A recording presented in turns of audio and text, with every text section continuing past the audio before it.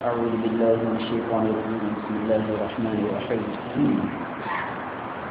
ألف لام ميم ذلك الكتاب لا ريب فيه هدى للمتقين الذين يؤمنون بالغيب ويقيمون الصلاة ومما رزقناهم ينفقون والذين يؤمنون بما أنزل إليك وما أنزل من قبلك وبالآخرة هم يوقنون أولئك على هدى من ربهم وأولئك هم المفلحون. صدق اللہ مولانا العظیم.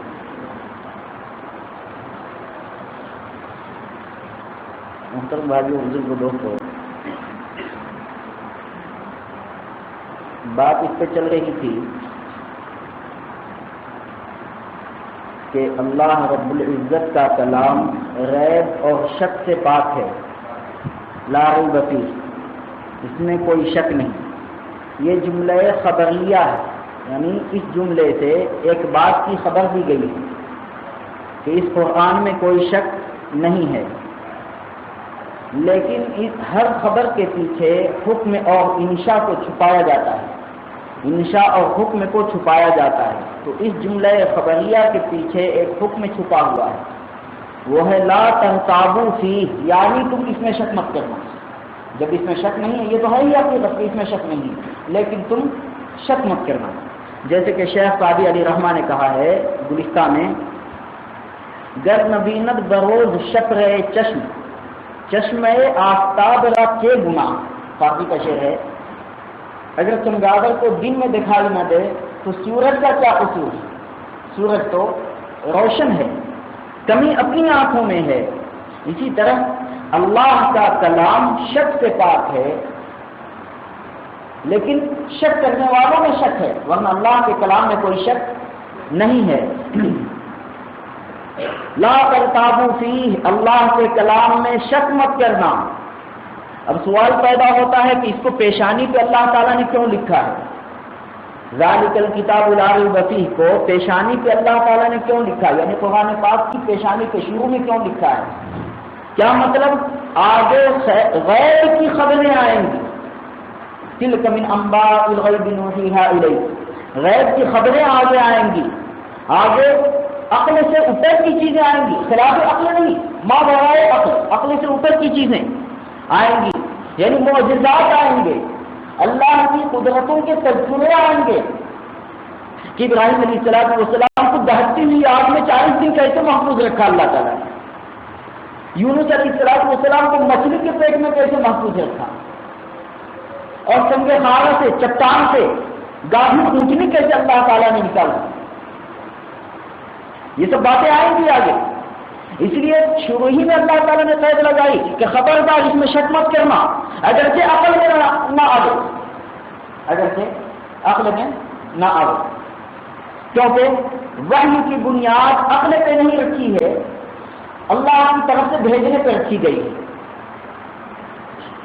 لیکن شک میں ڈالنے والے لوگ اور شک کرنے والے لوگ ہمیشہ پیدا ہوئے ہیں اور پیدا ہوتے رہیں گے. اللہ رب العزت نے فرمایا وَإِنَّهُ لَكِتَابٌ عَزِيزٌ لَا يَأْتِيهِ الْبَاطِلُ مِنْ بَيْنِ يَدَيْهِ وَلَا مِنْ خَلْفِهِ تَنزِيلٌ مِنْ حَكِيمٍ حَمِيدٍ. یہ ایک باعزت کتاب ہے، باطل کے حملے میں یہ کتاب محفوظ ہے. باطل کا حملہ اس کتاب سے ہرگز نہیں ہو سکتا. جیسا کہ مفسر تفسیر حقانی نے ایک واقعہ لکھا ہے، مفسر تفسیر حقانی مولانا عبدالحق صاحب دہلوی نے ایک واقعہ لکھا ہے اپنی کتاب میں کہ میں دلی کے گلی کوچوں میں چل رہا تھا. میں نے کیا دیکھا کہ ایک یہودی بہت سارے کتب خانے سے کلام پاک کے بہت سارے نسخے اٹھا رہا ہے، بہت سارے نسخے خرید رہا ہے، اٹھاتا ہے. تو میں سوچا کہ کیا معاملہ ہے، کتنے سارے نسخے اٹھا کے کہاں لے جانا چاہتا ہے، کہ ایسا لگتا ہے کہ اس کو بھی ہدایت ملنے والی ہے، یہ کہا. لیکن انہوں نے اس سے پوچھا یہودی سے، تو یہودی نے بتایا کہ ہم لوگوں نے آپس میں مشورہ کیا ہے کہ مسلمانوں کا تعلق جب تک کلام پاک سے رہے گا، قرآن مجید سے رہے گا، اس وقت تک یہ کبھی بھی ناکام نہیں ہو سکتے اور ان کی بالادستی رہے گی، ان کی حکومت چلے گی، یہ آقا بنیں گے اور ہم غلام رہیں گے۔ لہذا ہم لوگوں نے یہ مشورہ کیا ہے کہ قرآن پاک کے نسخے جتنے ہیں سب کے سب خرید کر کے اس کو آپ نے جلا دو کہ نہ رہے بانٹ دے بانٹ دو۔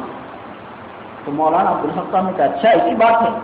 اس یہودی عالم کو، جو عالم تھا وہ یہود کا، اس کو مولانا عبدالحق صاحب مفسر تفسیر حقانی ایک مدرسے میں لے گئے۔ 8-10 سال کے بچے کو اشارہ کیا مدرسے میں لے جا کر،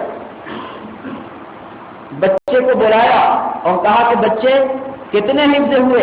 کہا کہ میں حافظ ہوں، دوڑ کر رہا ہوں۔ کہا کہ اس حافظ قرآن بچے سے جہاں سے تم کلام پاک سے پوچھنا چاہو یہ سنانے کے لیے تیار ہے۔ کئی جگہوں سے اس یہودی نے سوال کیا، کہیں نہیں بھولا اور سنا دیا۔ کہا کہ الحمدللہ یہی ایک بچہ نہیں، پوری دنیا میں لاکھوں بچے ایسے موجود ہیں جن کے سینے میں قرآن موجود ہے۔ ارے ظالم، تو دنیا میں کلام پاک کے جتنے نسخے ہیں ان نسخوں کو تو جلا سکتا ہے، لیکن کیا ان محفوظ و معصوم سینوں کو تو جلا سکتا ہے؟ اسی لیے کہا کہ جس شب میں نزول قرآن ہوا وہ شبینہ محفوظ، جس شہر میں نزول قرآن ہوا وہ مدینہ محفوظ، اور جس گود میں صاحب قرآن نے دودھ پیا ہے اور پرورش پائی ہے وہ حلیمہ محفوظ، اور جس ماہ میں قرآن کا نزول ہوا ہے وہ مہینہ محفوظ۔ مجھے کہنے دو، بل ہوا قرآن مجید فی لوح محفوظ، بل ہوا قرآن مجید فی لوح محفوظ۔ لوح محفوظ میں اللہ نے اس کو لکھا ہے لا یأتیہ الباطل من بین یدیہ ولا من خلفہ تنزیل من حکیم حمید۔ تو پتا چلا کہ قرآن اور حدیث دونوں کی حفاظت کی بنیاد لکھنے پہ نہیں ہے، بلکہ دونوں کی حفاظت کی بنیاد اللہ تعالیٰ نے حفظ پہ رکھا ہے، لکھنے پہ نہیں رکھا۔ لہذا منکرین حدیث کا یہ اعتراض، حدیث کے انکار کرنے والوں کا، یعنی حدیث کی حجیت کے انکار کرنے والوں کا یہ اعتراض کہ بخاری شریف بہت بعد میں لکھی گئی، مسلم شریف بہت بعد میں لکھی گئی، اور حدیث کی کتابیں بہت بعد میں لکھی گئی، تو ہم ان کو کیسے صحیح مانتے ہیں؟ یاد رکھو میرے دوستو، قرآن و حدیث کی حفاظت کی بنیاد اللہ رب العزت نے کتابوں پہ یعنی لکھنے پہ نہیں رکھی ہے، بلکہ حفظ پہ رکھی ہے، سینے پہ رکھی ہے۔ کلام پاک نے کہا بل ہوا آیات بینات فی صدور الذین اوتوا العلم، یہ قرآن کی کھلی ہوئی آیتیں ہیں، یہ علم والوں کے سینے میں محفوظ ہے۔ تم قرآن کو اوراق بنا سکتے ہو، ان کو آگ میں ڈال سکتے ہو، ان کو دریا میں دریا کر سکتے ہو، دریا میں ڈال سکتے ہو، لیکن ان سینوں کو کہاں سے تم جلاؤ گے جس سینے میں قرآن کے آیات لکھے ہوئے ہیں؟ حضور صلی اللہ علیہ وسلم سے اللہ تعالیٰ نے وعدہ کیا تھا کہ آپ اپنی زبان کو جبریل کی زبان کے ساتھ حرکت مت دیجیے۔ سورہ قیامت کی 4 آیتیں ہیں، لا تحرک به لسانک لتعجل به ان علینا جمعه وقرآنہ فاذا قرأناه فاتبع قرآنہ ثم ان علینا بیانہ۔ آپ یاد مت کیجیے، آپ کو یاد کرنے کی ضرورت نہیں ہے، ہم اس قرآن کا آپ کے سینے میں جمع کرنا اور پھر آپ کی زبان پہ جاری کرنا، اس کی ذمہ داری ہم لے رہے ہیں، اللہ کی ذمہ داری۔ یہی وجہ ہے کہ دوسرے حافظ لوگ تو رکھتے ہیں مگر حضور صلی اللہ علیہ وسلم رکھتے نہیں تھے، سننے کے بعد فوراً حضور صلی اللہ علیہ وسلم کو یاد ہو جاتا تھا۔ اسی دلی میں اور فتنہ اٹھا، پھر ایک یہودی عالم اٹھا اور اس نے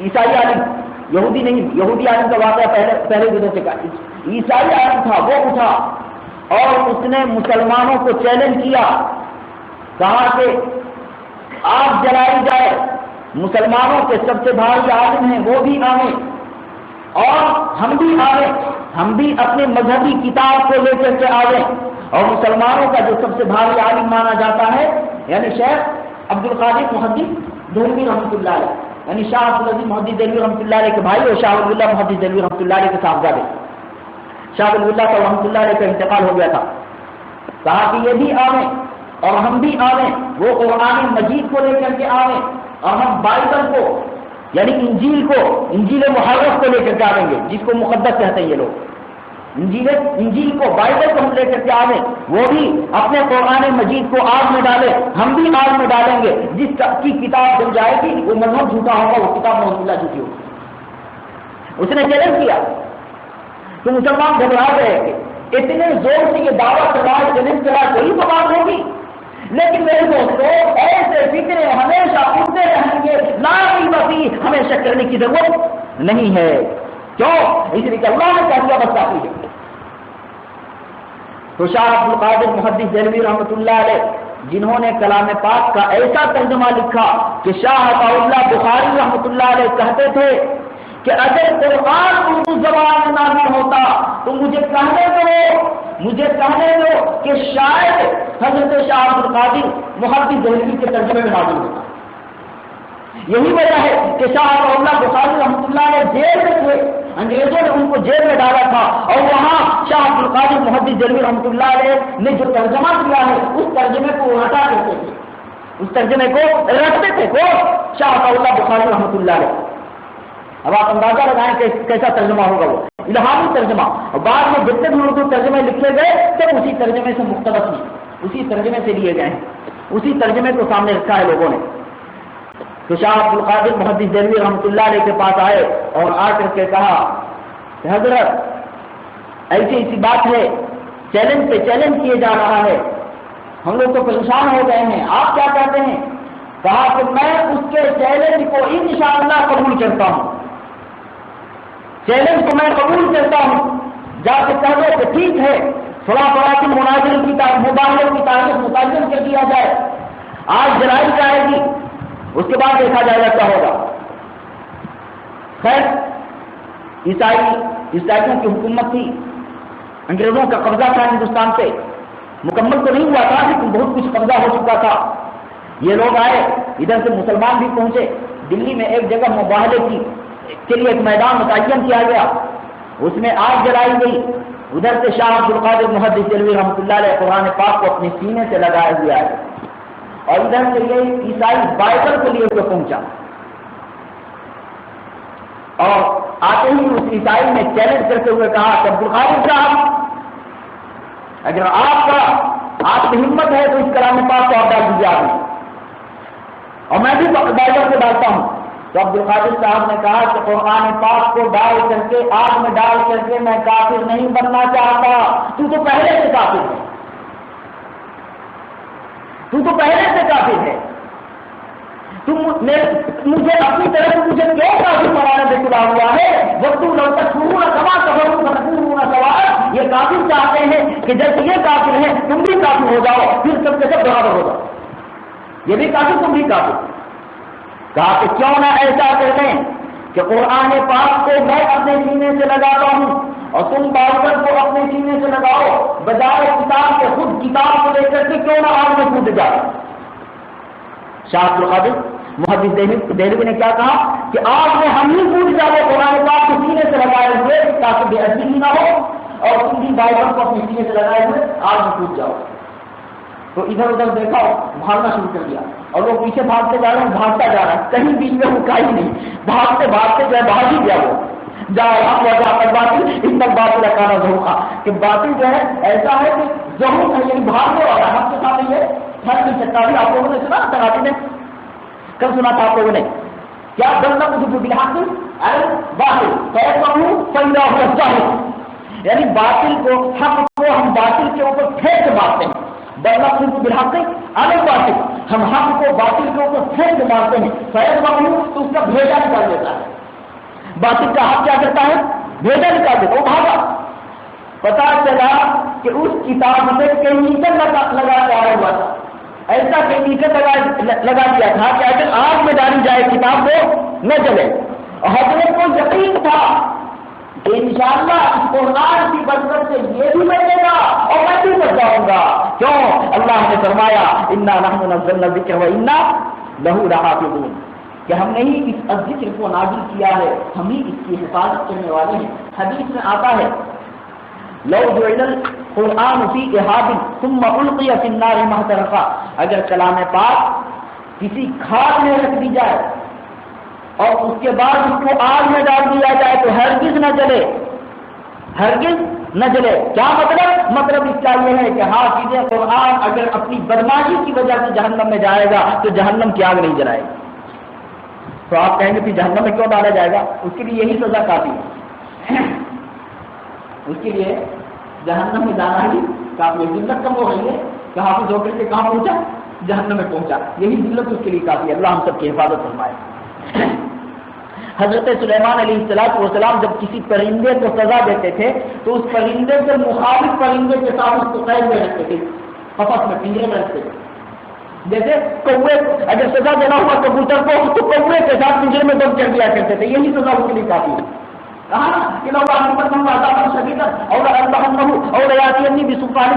کہ میں اس کو سخت سزا دوں گا، یعنی حدود کو مفسرین نے لکھا ہے، اس کی ایک تفسیر یہ بھی ہے کہ یعنی مطلب یہ ہے کہ اس کو کوے اور چین کے ساتھ قفس میں اور پنجرے میں قید کر دیا جائے گا، تو یہی سزا کافی ہے۔ تو بہرحال حضرت شاہ عبد القادر محدث دہلوی رحمۃ اللہ علیہ کلام پاک کو لے کے پہنچ گئے اور اللہ تعالیٰ نے ان کو کامیاب کیا۔ تو اللہ کیا کہے کہ ذالکل کتاب لا ریب فیہ، اس کتاب میں کوئی شک نہیں، شک کرنے والے شک کریں گے لیکن کبھی بھی ان کا شک اس کتاب پہ نہیں چل سکتا۔ کیوں؟ وجہ یہ ہے کہ یہ اللہ کا کلام ہے، صرف اللہ کی کتاب نہیں ہے، کلام ہے، بات، اور بات کرنے والا بات میں چھپا ہوا ہوتا ہے۔ اللہ کو ہم نے نہیں دیکھا، اگر دیکھنا ہے تو اللہ کے کلام کو دیکھو، اللہ دکھائی دے گا۔ ہم نے رسول اللہ صلی اللہ علیہ وسلم کو نہیں دیکھا، اگر دیکھنا ہے تو حدیث میں دیکھو، حضور صلی اللہ علیہ وسلم کا جمال اور کمال اس میں نظر آئے گا۔ اللہ کو نہیں دیکھا، اگر اللہ کو دیکھنا ہے تو اللہ کے کلام میں دیکھو، کیونکہ کلام میں متکلم چھپا ہوا ہوتا ہے۔ مرزا غالب کو ہم نے نہیں دیکھا مگر ان کے کلام سے ہم ان کو پہچانتے ہیں، علامہ اقبال کو ہم نے نہیں دیکھا مگر ہم ان کے کلام سے ان کو پہچانتے ہیں، اکبر الہ آبادی کو ہم نے نہیں دیکھا، جوش ملیحہ بازی کو ہم نے نہیں دیکھا مگر ہم ان کے کلام سے پہچانتے ہیں، شہنشاہ تغزل جگر مراد آبادی کو ہم نے نہیں دیکھا مگر ان کے کلام سے ہم پہچانتے ہیں۔ اللہ کو ہم نے نہیں دیکھا مگر اللہ کو دیکھنا ہے تو اللہ کے کلام کو دیکھو۔ کیوں؟ اس لیے کہ کلام متکلم کی صفت ہے، متکلم کے لیے آئینہ ہے، شیشہ ہے۔ متکلم کا جمال، متکلم کا کمال اگر دیکھنا ہے تو اس کے کلام میں، اس کی باتوں میں دیکھو۔ اس کو ایک مثال سے سمجھو، واقعے سے۔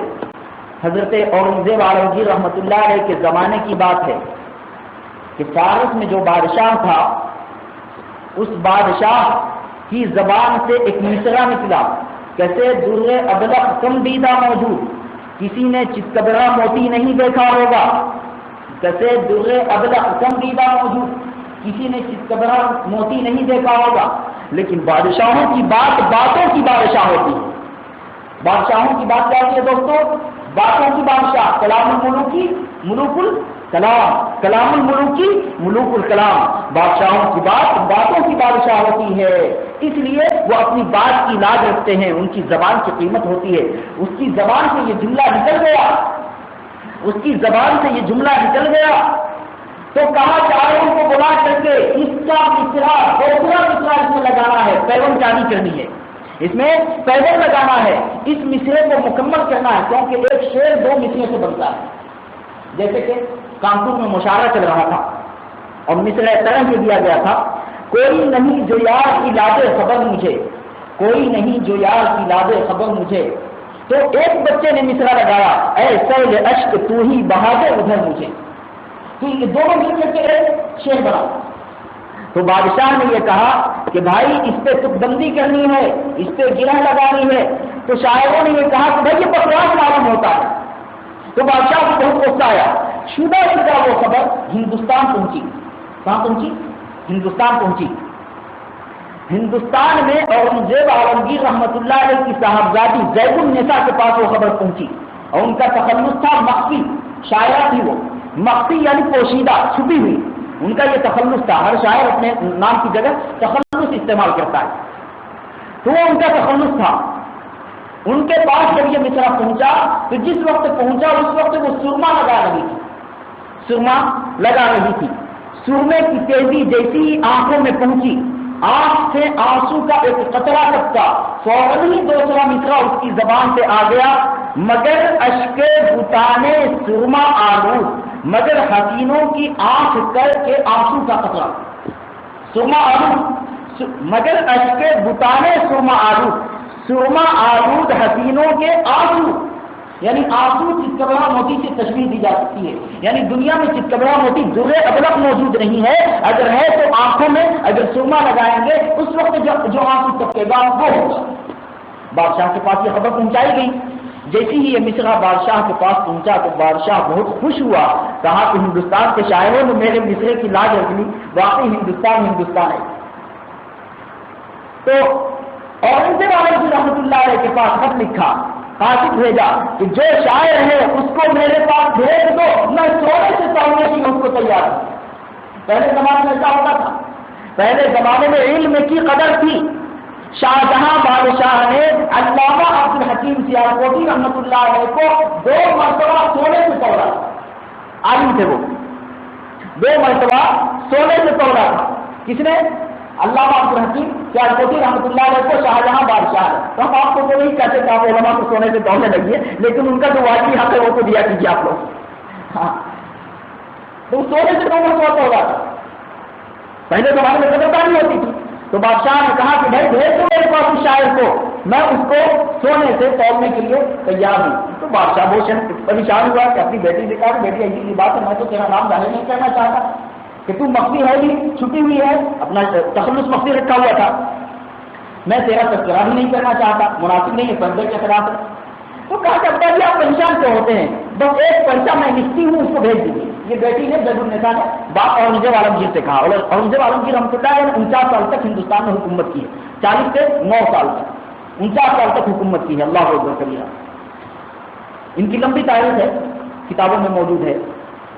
تو اس نے 2 شعر لکھے، اورنگزیب عالمگیر کی صاحبزادی زید النساء مخفی نے 2 شعر لکھے، بلبل از گل بگذرد گردر چمن بیند مراد، بت پرستی کی کند گردر من بیند مراد، در سخن مخفی منم چنبوئے گل در در گل، ہر کدیدن میل دارد در سخن بیند مراد۔ اس کا مطلب کیا ہے؟ یہ فارسی کا شعر ہے تو کہ بلبل از گل بگذرد، بلبل گل کی یعنی گلاب کی محبت سے توبہ کر لے اگر مجھے دیکھ لے گا، بلبل از گل گزرت گردر چمن بینا مراد، اگر چمن میں مجھے دیکھ لے تو بلبل گل کی محبت سے توبہ کر لے۔ بت پرستی کے کلت گردر ہمن بینا مراد، یہ بت پرست یہ پنڈت جو ہے نا، یہ جو بتوں کی پوجا کرتا ہے، اگر مجھے دیکھ لے تو بت پرستی سے توبہ کر لے۔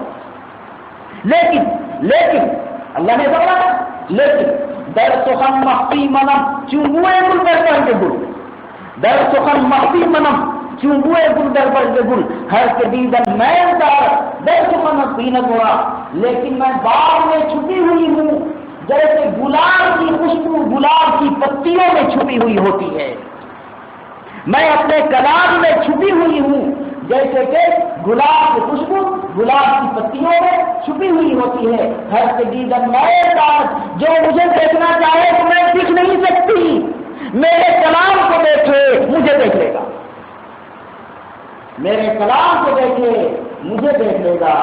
تو مجھے کہنے دو قرآن کو اللہ کو دیکھنا ہے تو اللہ کو دکھے گا، وہ مخفی ہے۔